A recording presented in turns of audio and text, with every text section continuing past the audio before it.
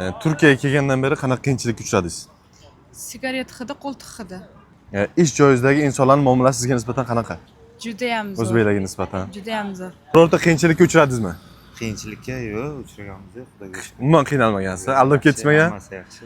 Lekin ish joyingizdagi insonlarning muomalasi qanaqa sizga? Muomalasi yaxshi, endi ko'p. Turkiyada Endi ishlaysizmi? mani patronimning muomalasi siz yaxshi patron. menga nisbatan, endi qolganlarini bilmayman. Sizlar? Вообще zo'r bizaki, вообще 5 yildan beri ishlaymiz, hammasi normal. Yaxshi. Birorta qiyinchilikka uchramagansiz. Yo'q, qiyin. Qiyinchilik bo'ladi baribir musofir joy. Biron joyda ishlaysizmi? Aha, o'qiyman, ishlayman. Ishlaysiz.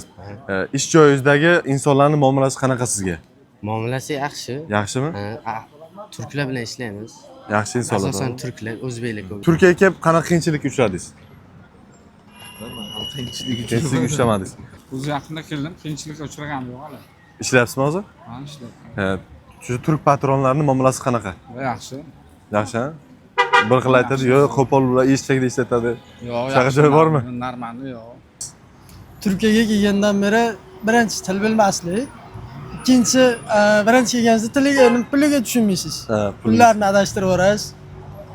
Keyin ish bo'yicha ish topolmaslik. Ish topolmaslik. Keyin Dokumentsiz hozir ishlayapsizmi? Ishlayapman. Patronlaringizni muomalasi qanaqa sizga?